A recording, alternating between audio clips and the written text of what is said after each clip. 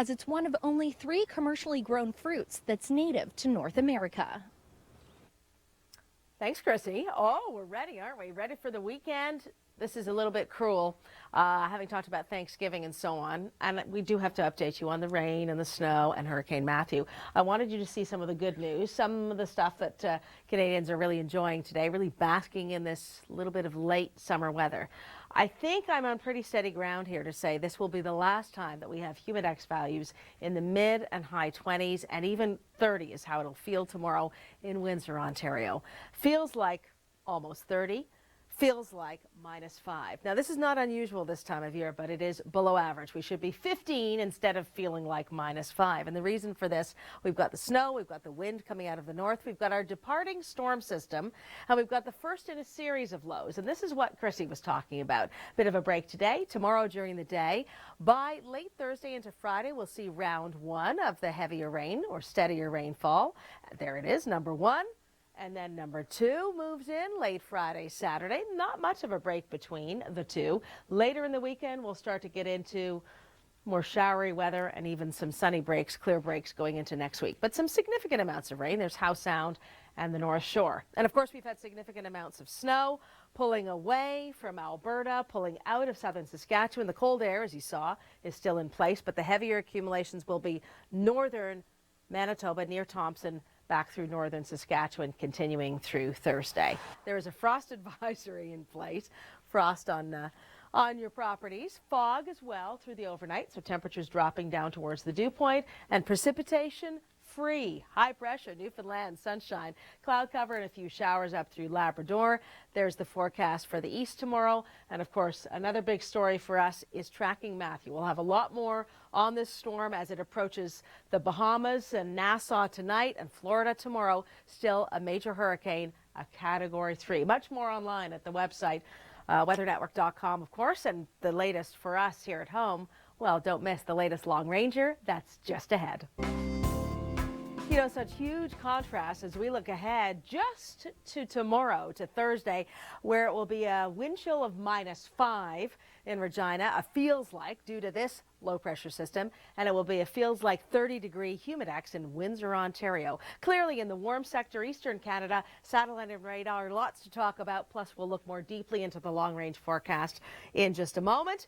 Rain, multiple rounds of it, moving in, picking up in intensity tomorrow night. Easing tomorrow night, easing already really the snow for the southern portions of Saskatchewan, but going strong in the north and northern Manitoba. A big swath of it, and winds out of the north providing those wind chills. Oh, windy weather. Head to the south, wind from a major hurricane, Matthew, steadily going through the Bahamas tonight and on the way to Florida for tomorrow, where preparations are being rushed to completion, a state of emergency there and 3 other states. So that's a tricky forecast for the track, but it looks like the Maritimes are not in line for this storm, thankfully. Let's find out what is in store. Michelle Mackey joins Dr. Doug, the Long Ranger, right now. The snow coming down. The temperature, here's a nice number, near 0. The winds out of the northwest near 40 to 50, 60 kilometers an hour, basically, for most of the afternoon. So there's a wind chill, and there's been snow falling pretty much all day. Conditions overnight tonight. Wednesday overnight, 10 degrees for Vancouver, 15 Toronto. We've got some fair weather continuing. Eastern Canada, clear skies. Oh, check out the story on our website. There was quite a light show over Toronto, over southern Ontario, the U.S. Northeast last night. I'm not talking about the Blue Jays, although that was exciting stuff. Yeah, meteor. Check it out. It's on our website, Scott Sutherland's article. Really interesting stuff. Science made digestible. I hope I can make this science easy.